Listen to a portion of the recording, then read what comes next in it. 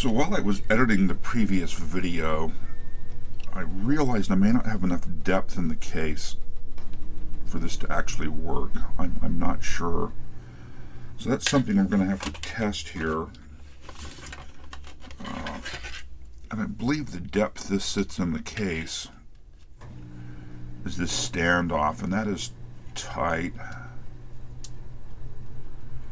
but not too bad. So I'm debating whether to use an angled connection here instead. Kind of undecided. I've got these longer headers that I could potentially bend over.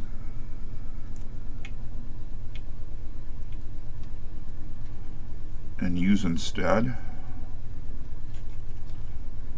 And that would give me a lot more clearance. I'm assuming the length of the standoff is the height of the unit from the back of the case. I think these actually end up screwed on this way. And then the threaded part goes through the bottom of the case and out. So I think I'm going to go ahead and, for the second time in this video, remove this little header and put this one I've just bent over in its place. That didn't bend over really square. I'm going to bend another one.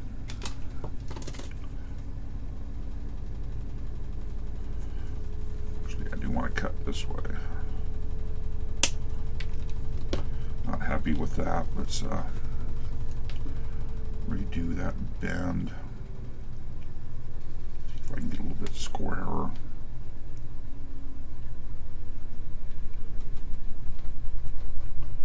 Something to make a little bit more room.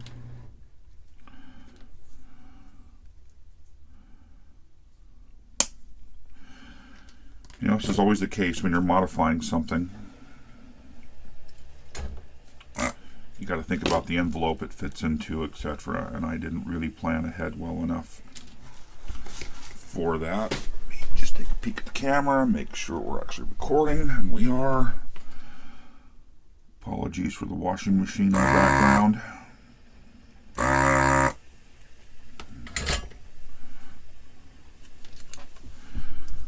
And I believe, which one did I just make? Now there's two of them here. One of them was squarer than the other. Yeah, that one's pretty crooked. Take the extra pin off here.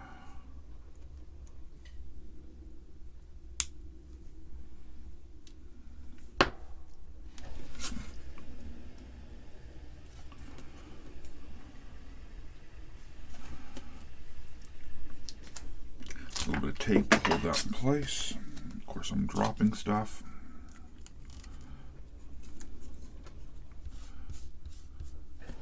And we'll see if that works any better.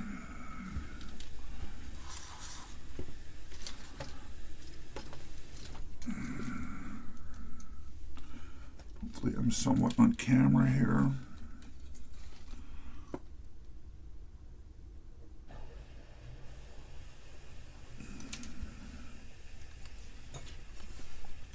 Of course, it's not in there square. Square it up.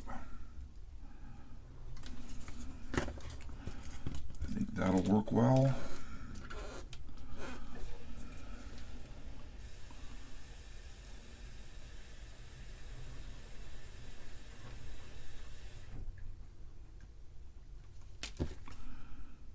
The pin not taking solder. These pins on these little adapters have had issues taking solder, but that should allow him now to slide down on that way, give me plenty of clearance to the bottom of the case with the power input. I think that'll work well. I'm happy with that. So With that little challenge out of the way,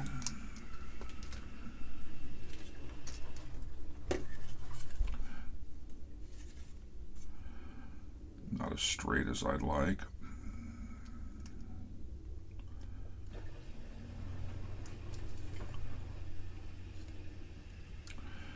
I think for what it is, that'll be okay. We have the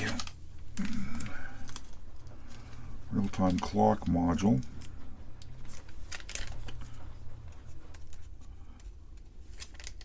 Always challenged with these little baggies, getting them open. It's in a little ESD bag.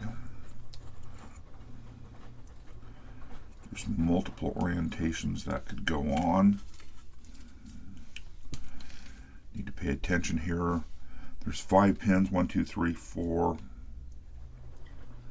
I'm not confused. Oh, 4 pins and 5 holes. Looks like he goes like so. Be sure to leave clearance so that you will have to hold it in place while you solder the first connection, or place something underneath while you temporarily solder.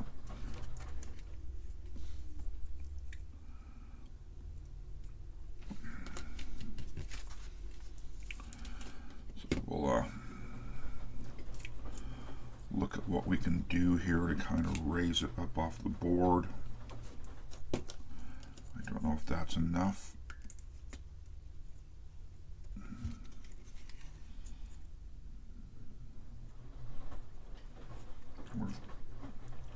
It's probably not too much.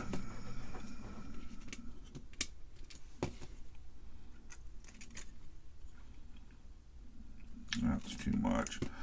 I'd like to get it on there pretty square.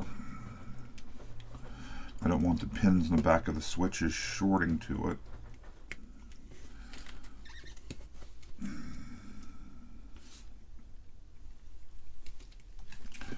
So let me see if I can get it tacked in place.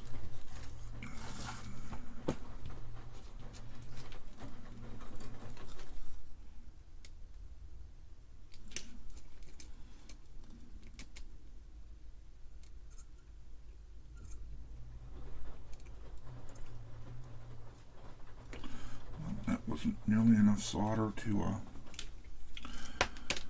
hold it in place. It's always a struggle when you're swapping glasses back and forth.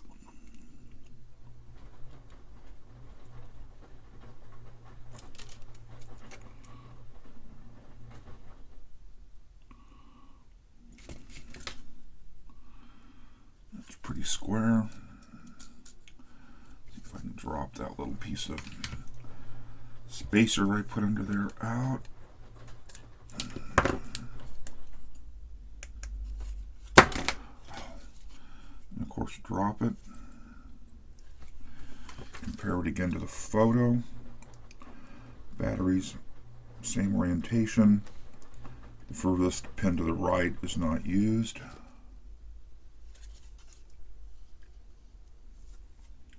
It's gapped up off the board.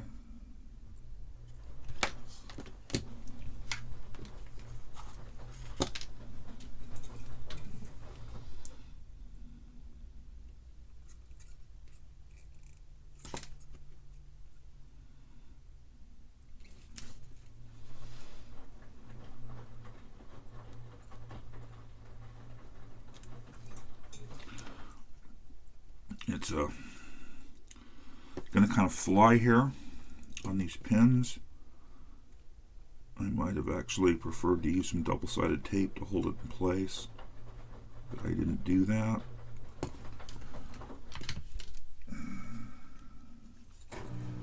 I'm happy with that. That's sufficient. Let's trim these pins down to length.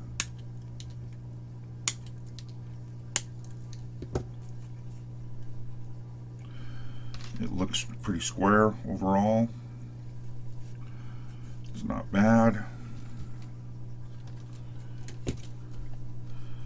So we've got it in place. We've already built up the power jack. We're really getting down to the final stretch here. Hopefully in all the shuffling around of this hardware, I haven't actually lost anything. So the power jack is going to come through this hole here. I can see I may have to do a bit of work. Or maybe not. A couple of these holes look like that one. I think I do need to do a little bit of work to clear those holes out. I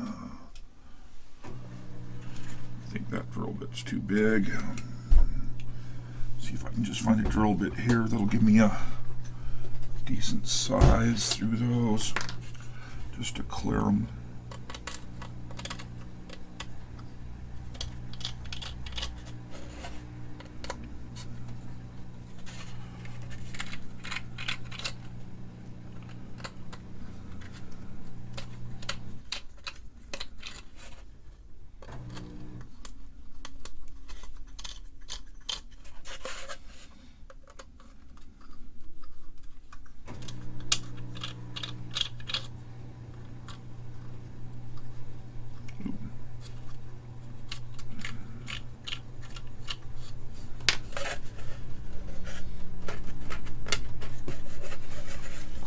Burr off. Come here, a little drill bit. There's just a couple of them that lay up here on a shelf. They're just kind of used for exactly what you just saw me do here, just clear out small holes, etc.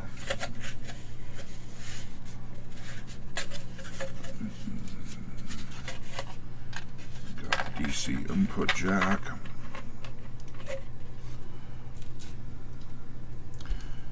Got this little nut that's going to be a laughing minute to start on it.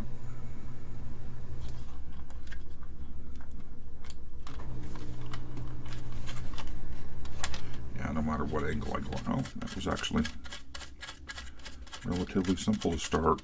It made a nice liar out of me.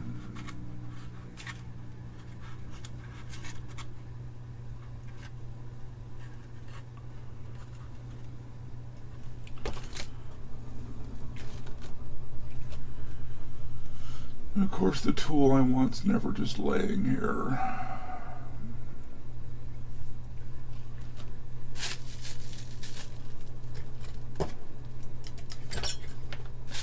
Huh, I wonder where it is. There it is. See if I can get in here with this little pair of channel locks and tighten that up a bit. Entire thing rotated.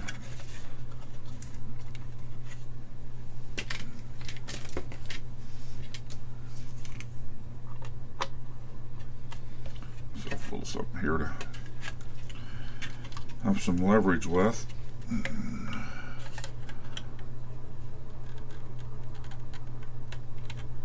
I can't get a bit of torque on that little nut. Good enough. Envision this going into the case this way.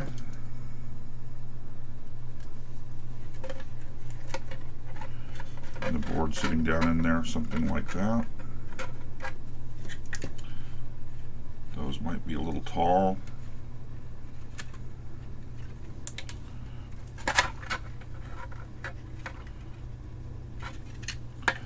Nice.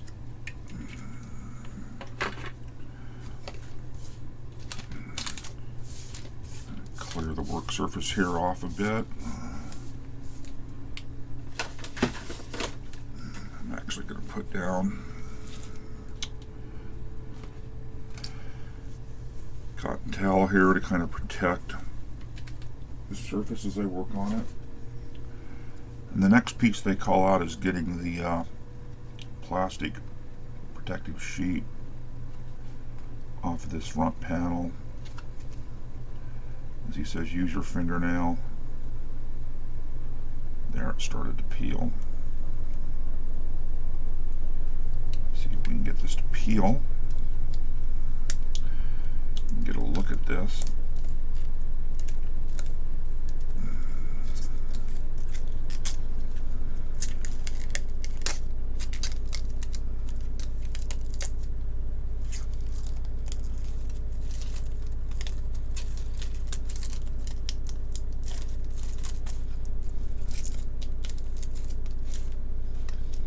Still got the plastic in these little cutouts here. There's one of them.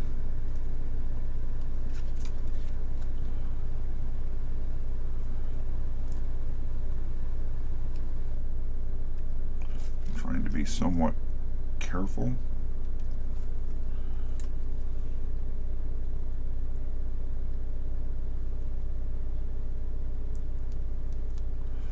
There's that one.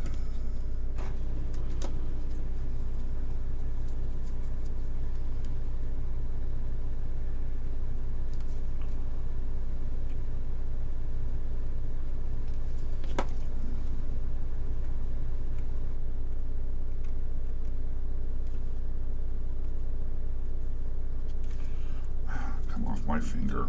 Oh, I hate that kind of plastic. A little bit of static just makes it stick on everything. There's that long one. Got two more pieces still on there.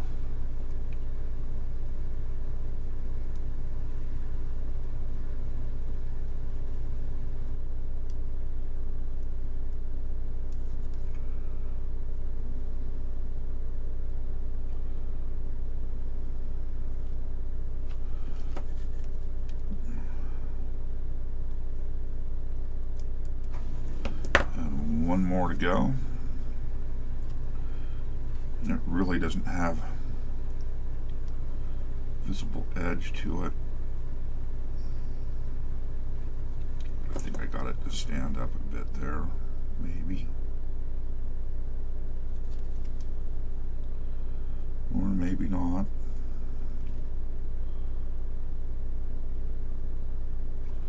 There it is. So with the plastic protective layer removed, that actually looks pretty nice. It really does look like a metal front panel, even though it isn't. It'll of course go on here something like that. Feels like it fits pretty well.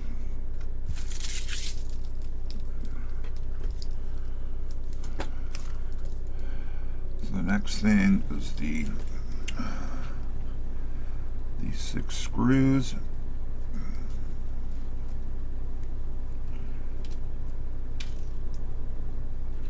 Of course, I'm shooting spacers and washers everywhere.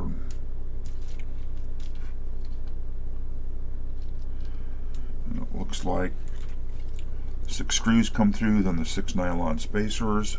1, 2,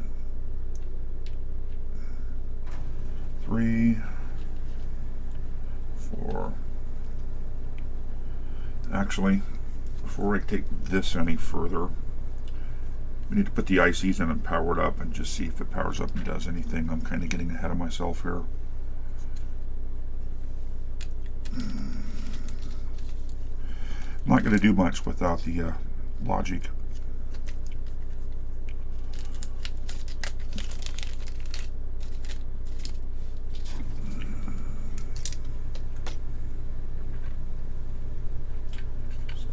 Panel aside so I don't bruise it. My size, the 18 mega, is rather obvious.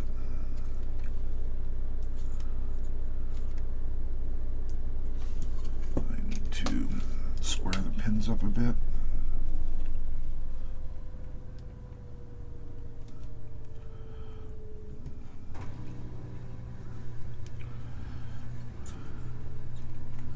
Notch to notch.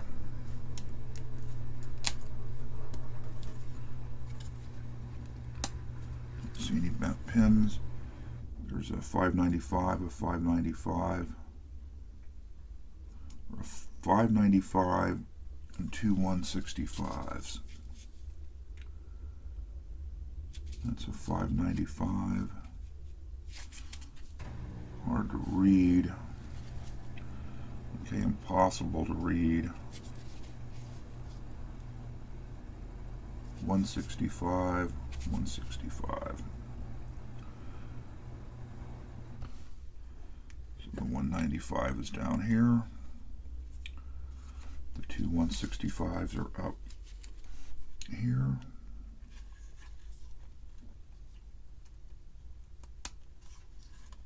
And I bent a pen.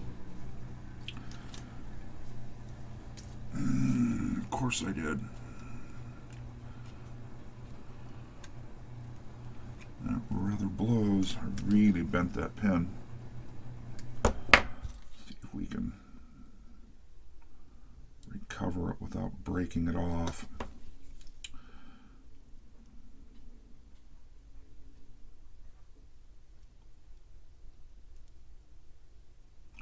Doggone it.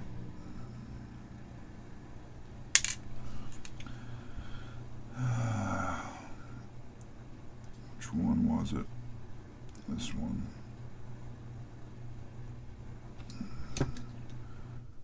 Don't want to have to insert it a third time.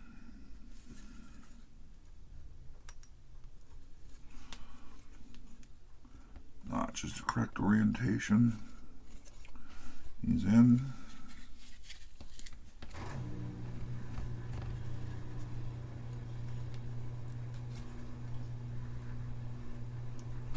This one's got a bent pin on it already.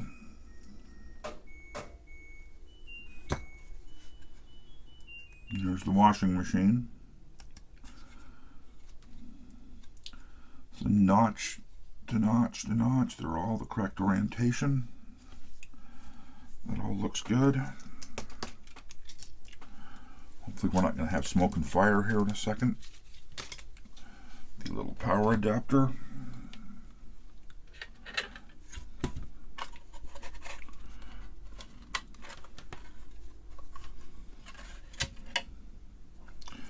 And let's see what we get. Well, I think that may have been a good sign. Did you see it sequence the LEDs? Looks to me like they all lit in that nice little sequence, which gives me a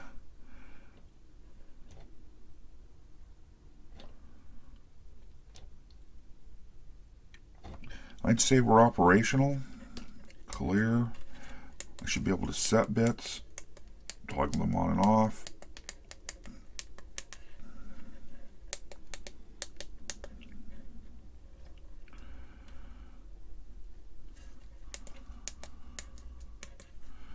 It looks like there's a store there and a store button. And I think if I do there's a way to, I think, clear the address bus back. Well, I don't know enough of what I'm doing here, but I'd say we have core functionality at this point.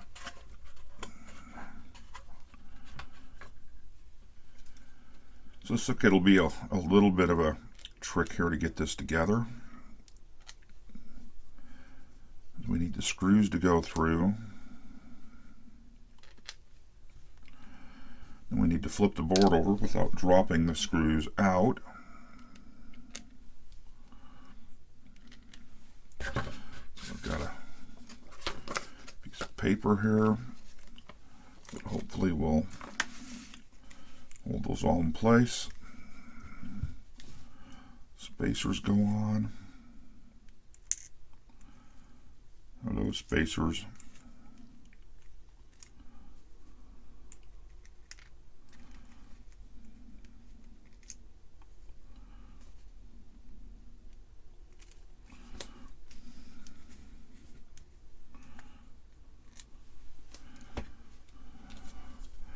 Spacers, then the board. Mr. PCB, where did I set you down? Which goes this orientation.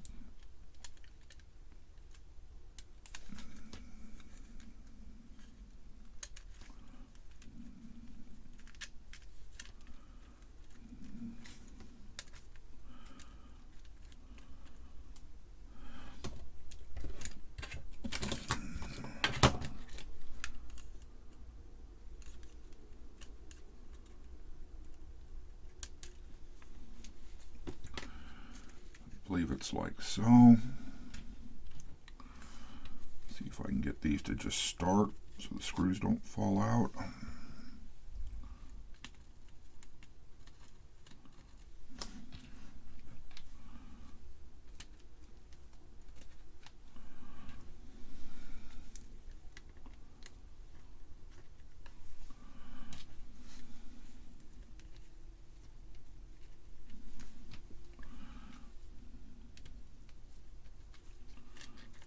Convinced all of these started.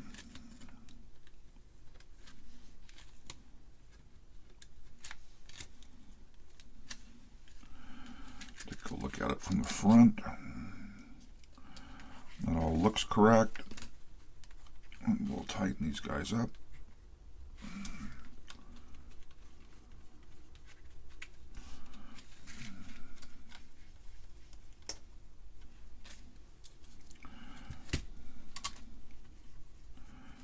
Say these don't need to be super tight. I mean, these are nylon standoffs.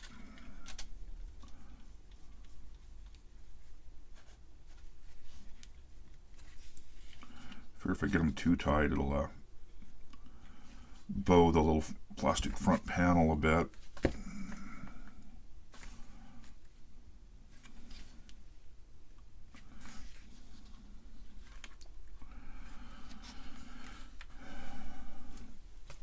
So the nylon standoffs are in place.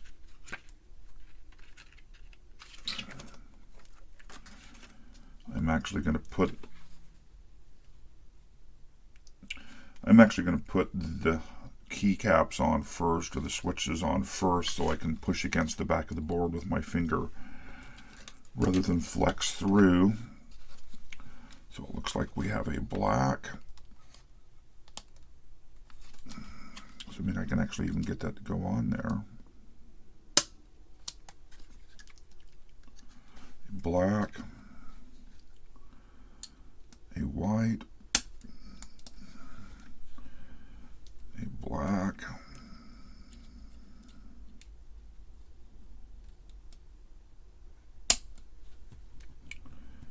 a white, so black, white,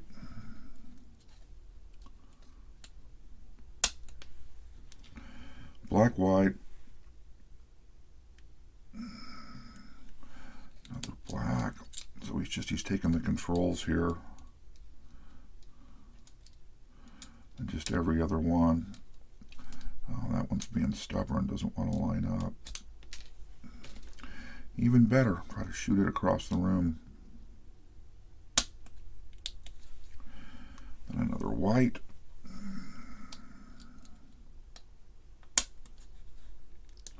And then another black.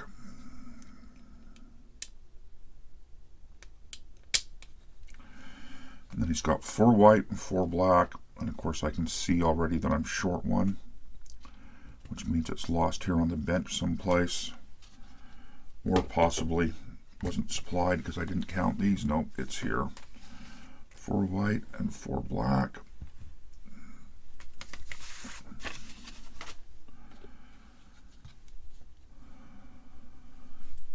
Now it's interesting, he's putting these on as hex in groups of 4 and not in octal.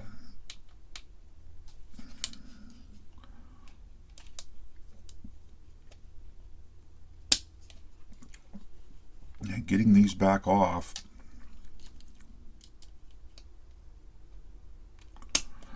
could be interesting. They're really on there tight. And with that little plastic front panel, it would be easy to bruise that up trying to pop these off.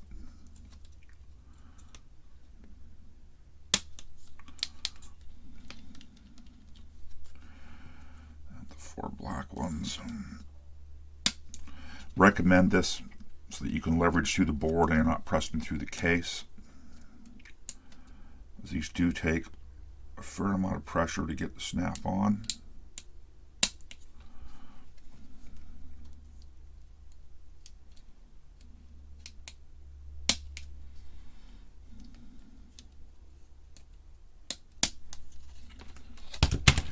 And I drop it. Of course I did. Wish those were square.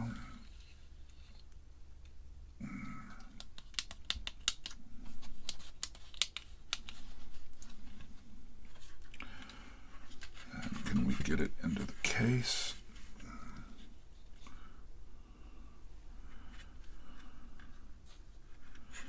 Actually going to end up going. Don't know if I'm going to have enough room to clear there or not now, with how I elected to put that together. Nope, it seems to have gone in just fine. Apply power one more time. And the little nylon nuts.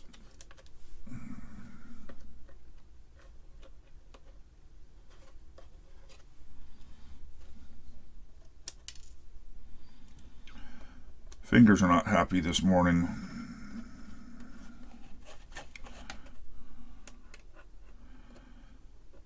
So you probably, I put a lot of work into that little power wiring harness just because I enjoy doing it. Obviously, it's not necessary. This would go together just fine without it, but as I suspect, at some point I'll be opening this guy up, reprogramming the AVR in it. Oh, come on. Can't get him square on there. There it is. It would say these need to be no more than finger tight.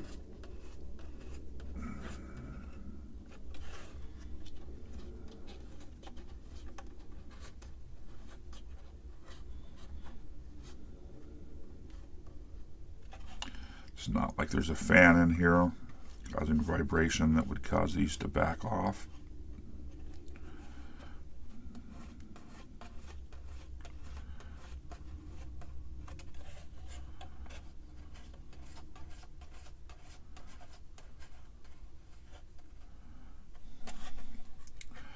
It doesn't look bad at all. Doesn't look bad at all. Get it here on camera so I can power it up. Nice. So let's see if we can make it do something.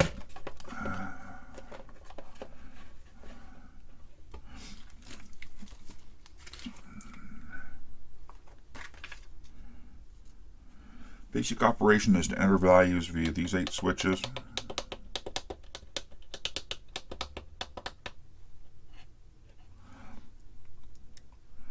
Press address set, sets the address register to the displayed value.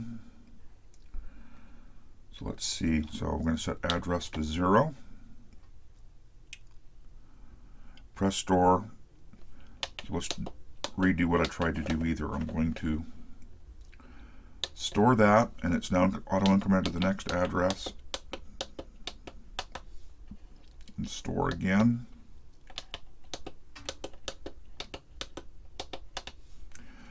Store that. Store that. And we'll store all 1s. And then we'll store all 0s. And we're going to set the address back to 0 and do a read. Read.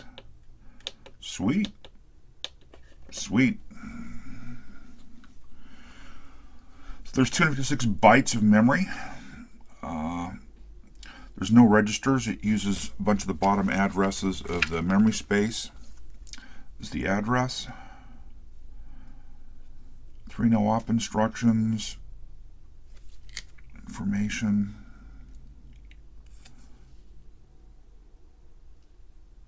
Note that some writes actually perform an action and corresponding reads do nothing. First 8 values for the index read, write, store them.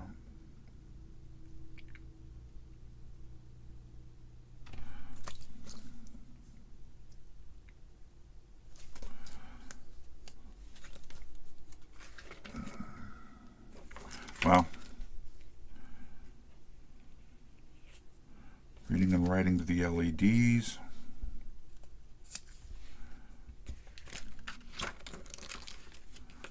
extension EEPROM, sysinfo.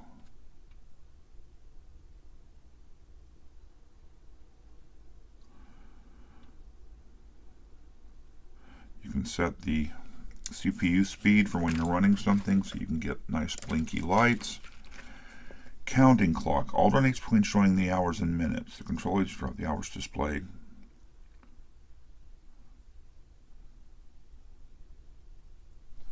Counting clock, stop plus bit 2. How do I run these?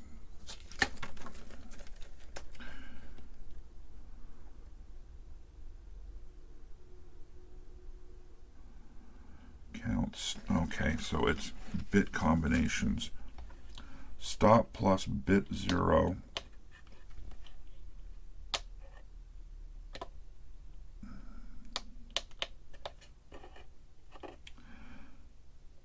Count, stop plus bit 0. Do I need to do something? Pressing bit N plus stop sets the CPU speed.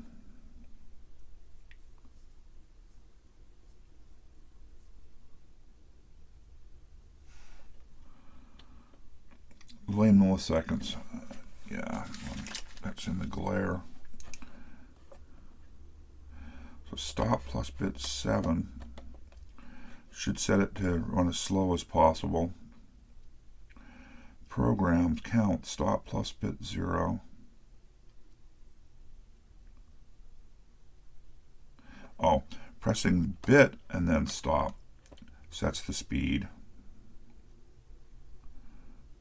I think it's the order. Simply increments the output register will be a blur unless slowed down.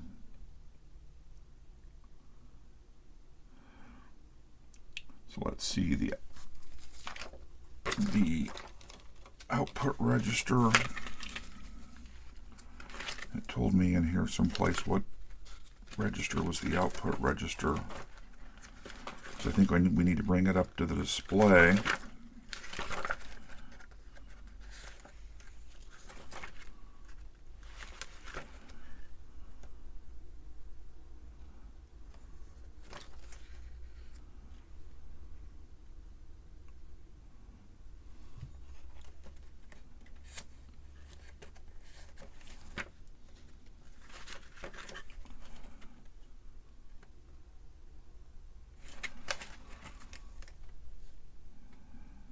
Stop plus bit loads one of the predefined programs.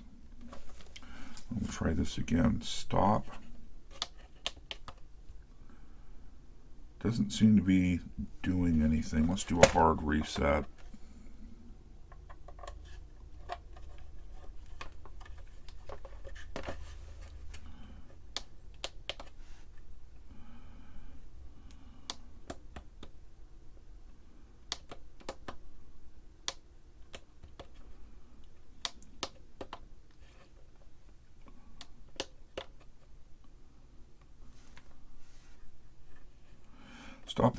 Pressing stop plus clear.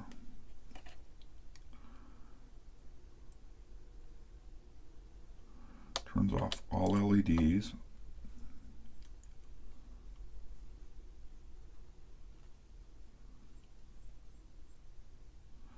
So stop plus store is a reset.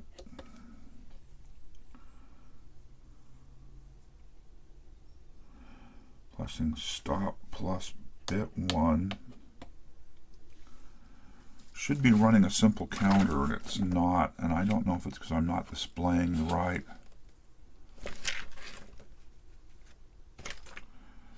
register.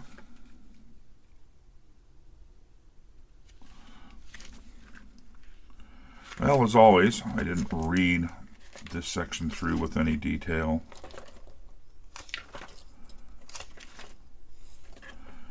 Operation, we've kind of already figured that out. Extensions.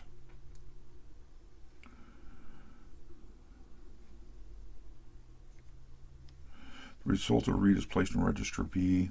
I think register B is just address 1, if I remember correctly.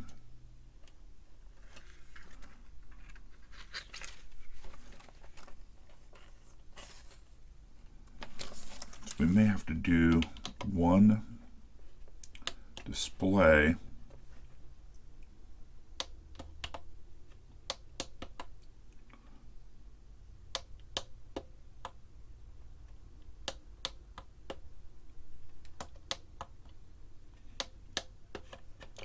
Well, I'm going to have to play with this a bit. Maybe in the next video we'll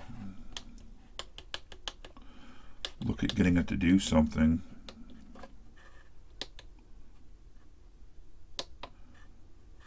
Oh, maybe I have to actually start the program. There we go. I wasn't starting the program. That's what I was doing wrong. So let me stop it. We're going to set it to the fastest clock rate. We have a program. There's a list of the little programs here that are built in. Simple counter, pattern. So let's do stop 0, which is a simple counter, and run it, and there you can see it counting. Stop. If we set it to the slowest run rate and start that program, there we go. That's pretty cool. So we see it running the little counter program. Let's go ahead and stop it and do program 1. And it's some kind of pattern. Looks like a Cylon to me. Can I stop it? Let's make it run as fast as we can make it go.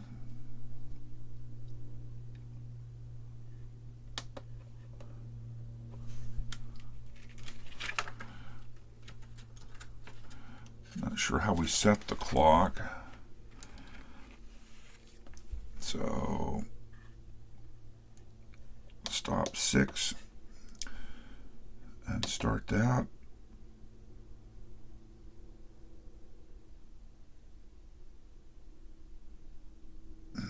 So it's running, I can never say the second word, Siva Eratosthenes.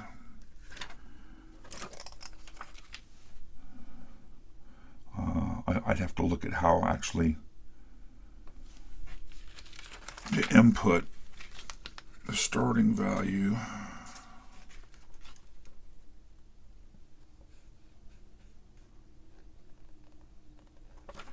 How to set the clock.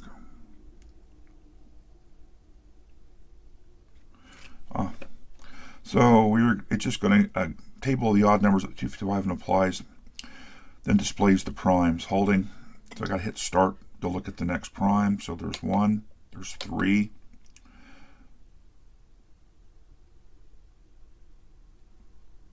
Oh, 5, sorry, 7, 11, 12, 13, that would be 17, 18, 19. Anyhow, kind of cool. We calculated it. There's stop plus bit 5 just creates blinking lights to make it look like it's doing something. Pretty cool. Pretty cool. It's a nice looking little unit. It's a little bit sad to me that these button covers rotate.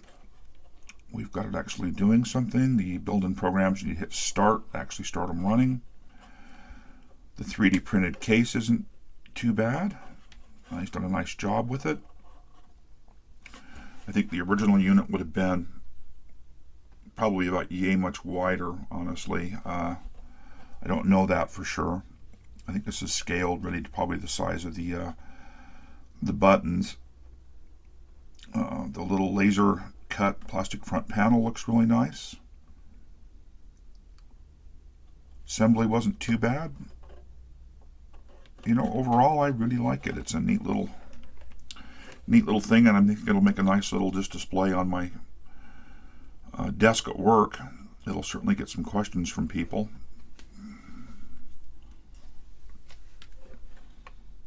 So, fun little project. If blinking lights are your thing, might be a fun project for you to put together as well. Don't think we need to move on to another video. You've actually seen it running here and doing various things. It seems to be fully functional. So I am generally pleased. I already bruised up. Got something on the little front panel.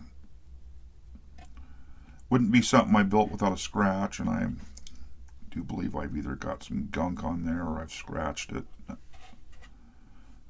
think there's a little bit of gunk on the front panel, probably a bit of flux or something, not that it matters.